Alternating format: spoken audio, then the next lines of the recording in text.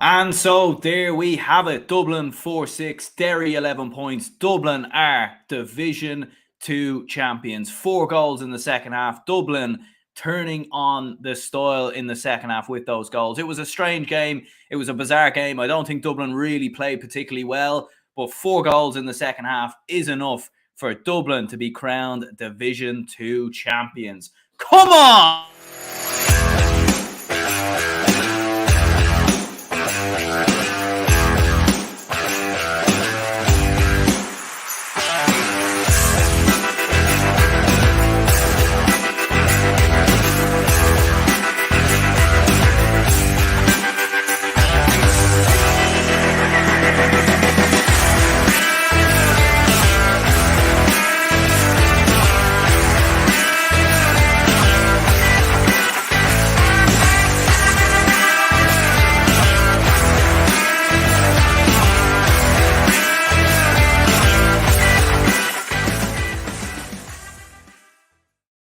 Welcome back to GA Fan TV. Dublin 4-6, Derry 11 points. As I was saying there in the intro, Dublin are Division 2 champions. They have put Derry to the sword in Croke Park.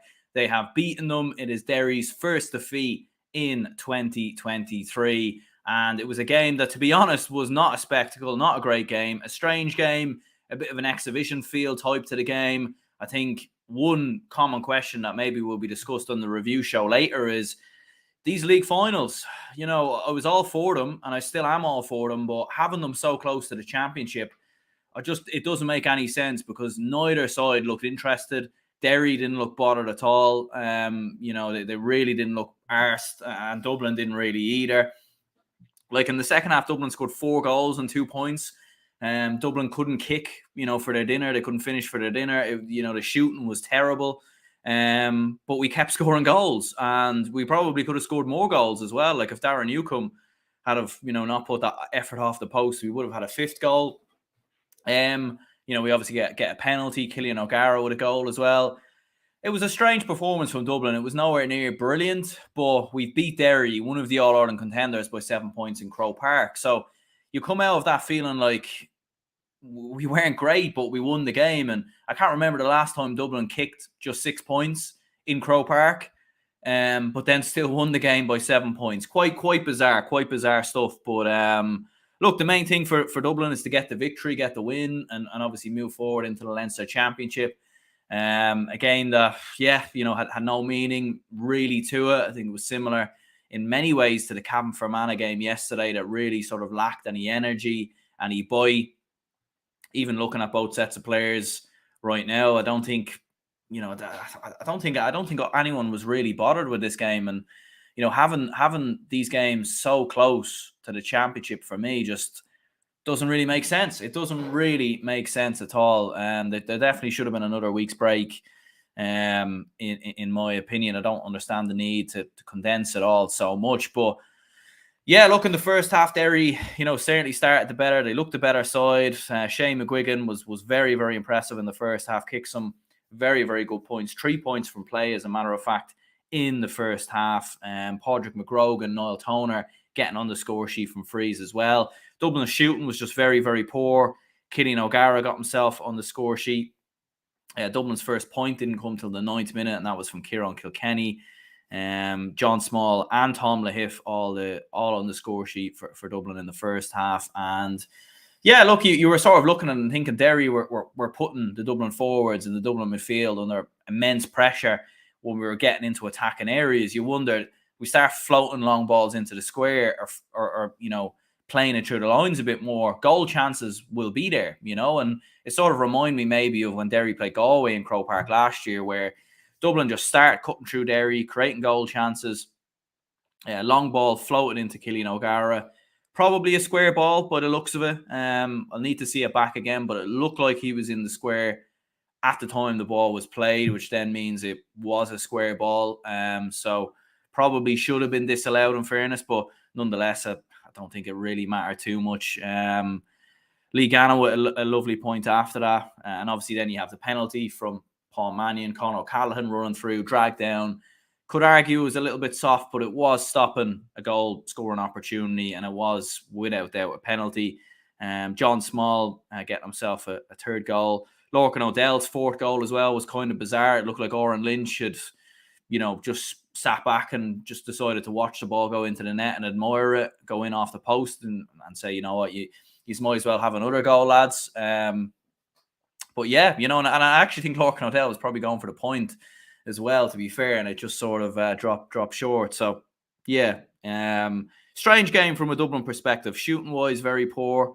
Like even looking at our forwards, like our only forward that actually scored, Killian O'Gara scored 1-1. Paul Mannion got himself a goal, and Lorcan O'Dell got a goal. Kieran Kilkenny got a point. But our only forward who started in Killian O'Gara, he was the only one who actually scored. So it was a very, very strange performance from a Dublin perspective, and from a Derry perspective as well. Conor Glass going off injured at the start of the second half. How many times have we said about Derry and Rory Gallagher that he continues to play players. He didn't give players a break after that All-Ireland Club final. Conor Glass went straight into the team the next week against Limerick. Has that come back to bite Derry now? Has that come back to bite Rory Gallagher?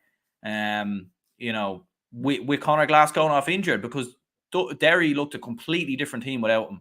Dublin were winning the midfield battle. Derry lacked any energy in midfield. They were struggling to play the ball through the middle, struggling to create chances. And that injury for Conor Glass could have been big. And it could be big going into that Ulster Championship. If they don't have him available for Ulster, Derry might be in a spot of bother. They might be in a spot of bother, in fairness. But yeah, and you would argue the case that, with the Ulster Championship on the horizon and the potential games that Derry have to face, Fermanagh, and then, either Tyrone or Monaghan, and then obviously a final. There's a lot of big games there. And then obviously the group stages as well. So Derry, they didn't really put it wasn't like they were trying to flow long balls into the square or trying to create, a huge amount of goal chances.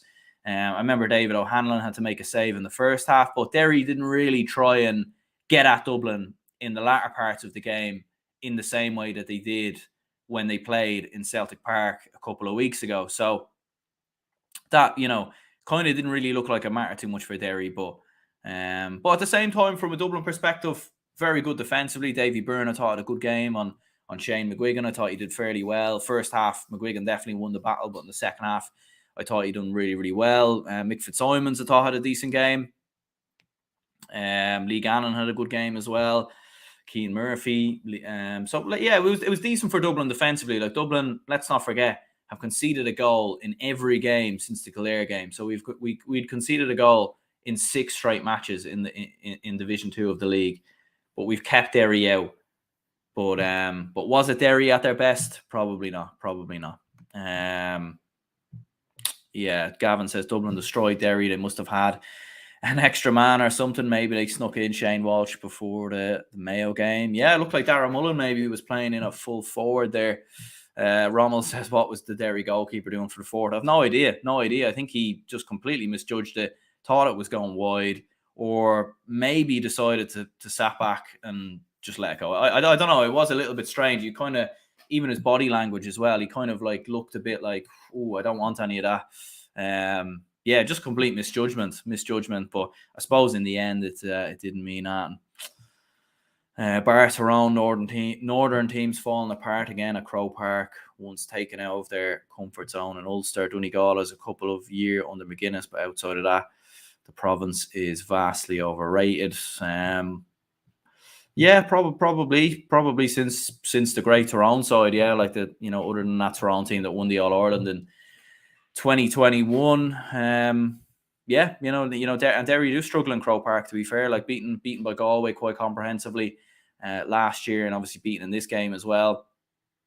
I know they beat Clare at the same time in the quarterfinals, but probably a lot of work to do for Derry when they get, and I think Derry's game, their game plan isn't suited to Croke Park, in my opinion. So a lot of work for them to be done. Again, I don't think they were particularly bothered with this game. I don't think Dublin were bothered either, in fairness. Dublin probably just put the brakes on and start, shooting loads for goals and going for goals more so. Good result. Con O'Callaghan, who didn't score, I thought he was brilliant. He was setting up the goals. He had a very, very impressive game. His link-up play was brilliant. And it was a very, very good performance from him. So, yeah, positives to take from a Dublin perspective, but, certainly not a game we'll look back at the end of the year and think that was a defining game in either season for either team, to be honest with you. And hopefully, by God, Galway versus Mayo is a better game because, I am doing a watch along. So that'll start in about 10 minutes time. So make sure you head on over there. And yeah, hopefully it's a good game. Otherwise, we might fall asleep. Because other than Wicklow versus Sligo, I think a lot of these league finals have been quite disappointing. 6 points won't do with tighter defenses, says Kevin there. But yeah, let me know your opinions, your thoughts, in the comments down below. Big win for Dublin, Division 2 champions. Certainly nothing that Dublin fans, players, or management would have grown up aspiring to be, but it is what it is, and it is a result. It is a win, and it will certainly give the Dubs confidence going into the Leinster Championship. Not that we probably needed it so much anyway, but yeah, let me know your opinions in the comments down below. We'll be going live in about 10 minutes time for the Galway versus Mayo watch along, so I will see you all then, and leave a like, subscribe, all that.